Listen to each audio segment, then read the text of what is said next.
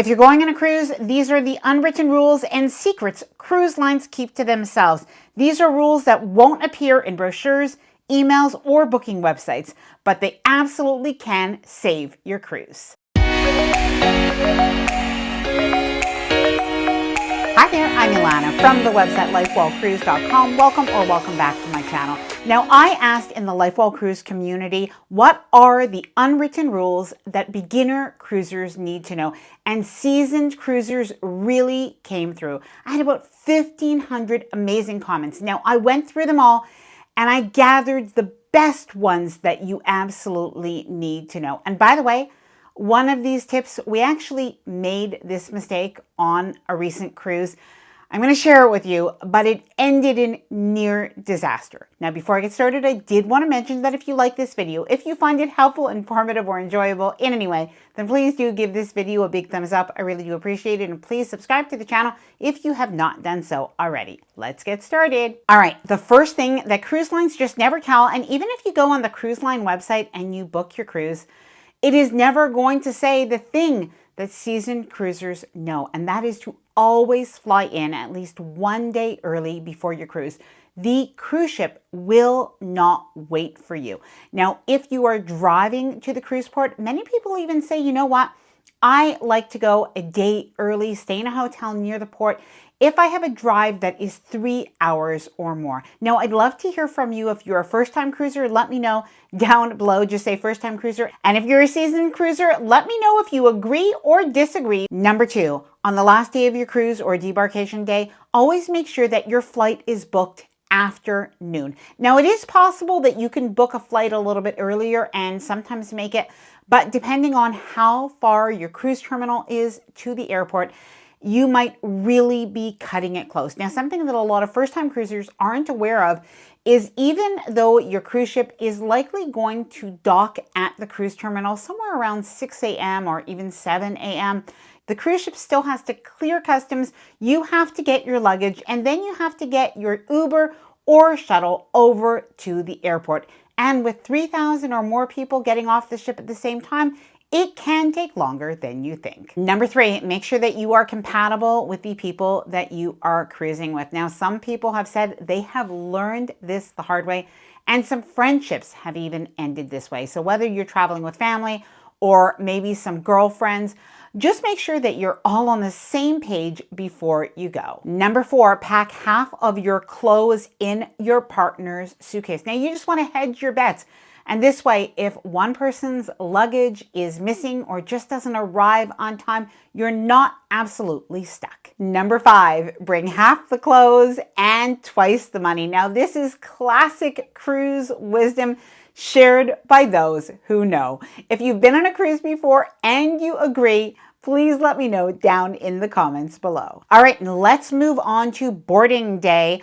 Number 6, do your muster check-in right away. Now, cruise lines are not actually keeping this information from you, but something that I've noticed is it's not necessarily obvious. This is something that you want to get done as soon as you get on your cruise. And if you wait on this, not only can your name be called, but sometimes you can have the unfortunate situation when you're at the bar and you want to get a drink and they flag your card and you're not able to get one until you do. Number 7, the wind tunnel effect is real. If you have a balcony cabin, do not open up your balcony door and the front door of your cabin at the same time. It is going to create that wind tunnel where papers are going to blow around, but that's not the end of the world. What is a potential problem is that the door can slam on your fingers. This has happened to people and has created some serious injuries. Number 8, seasoned cruisers never pack their documents in their checked luggage. Yes, seasoned cruisers know that you need to board on embarkation day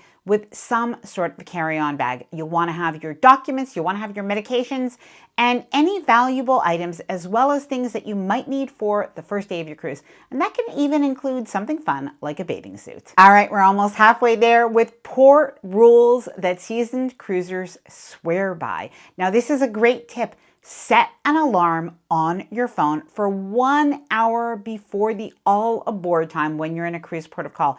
even if, or maybe especially if, you are at a bar that is within walking distance from your cruise ship. This way you won't be a pier runner or, even worse, miss your cruise ship because you've lost track of time. Number 10, be sure to put your phone in airplane mode. Now, seasoned cruisers know this, but first-time cruisers just really don't. I always think that perhaps they should announce this at the sail away party or over the intercom, just so that everybody is aware. But you can end up with a massive bill if you don't put your phone in airplane mode. And even if you have an international phone plan, it typically doesn't include cruise travel. Don't reserve chairs for long periods of time, whether in the shows or on the pool deck. Now, there's actually a name for this in cruising, and it is chair hogs. And people just don't like this. Now, of course, if you're going in the pool for just a few minutes, or if you're reserving a chair for a friend that's just in the washroom, that's okay.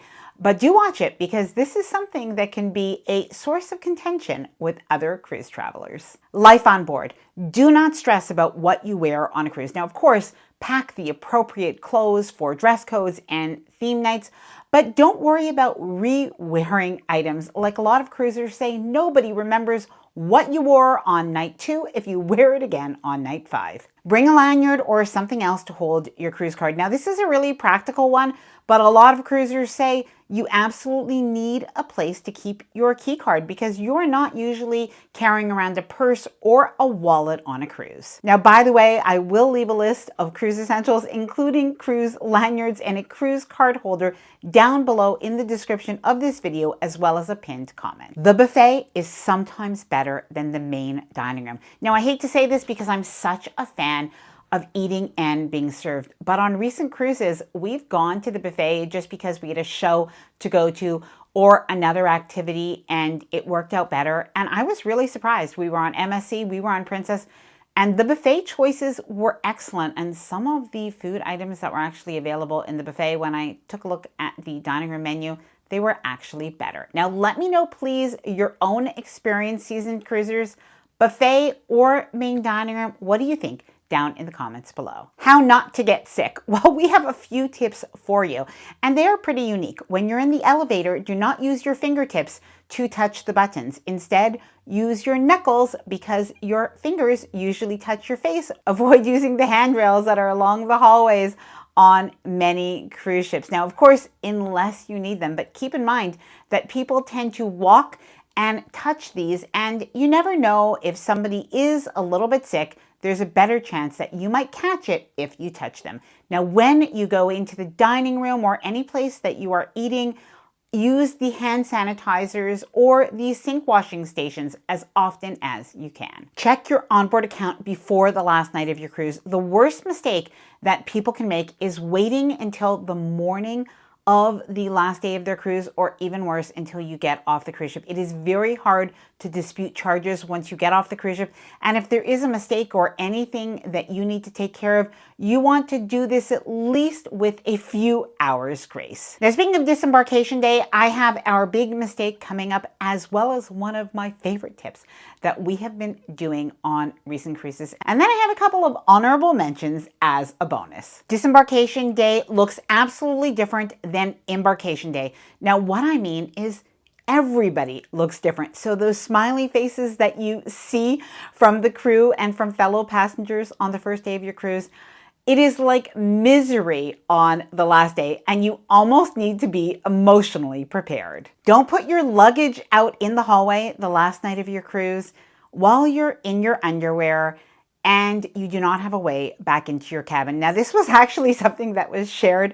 by somebody in the LifeWell Cruise community, and several people have actually made this mistake. You don't want to get locked out in your underwear, but something that my son did on our recent cruise is he actually packed up all of his clothing after we got back from a show, put it in the hall, went to bed, and the next morning he said, "Mom, where are my pants?" Well, what happened was he had actually packed up his pants in his luggage and put it in the hall. Now, thank goodness we had a carry-on bag with us, and I actually had the laundry in there. So he actually had to take out a pair of shorts from the laundry to wear just to get off the cruise ship. Once we got to the airport, he actually did change into his clean pants.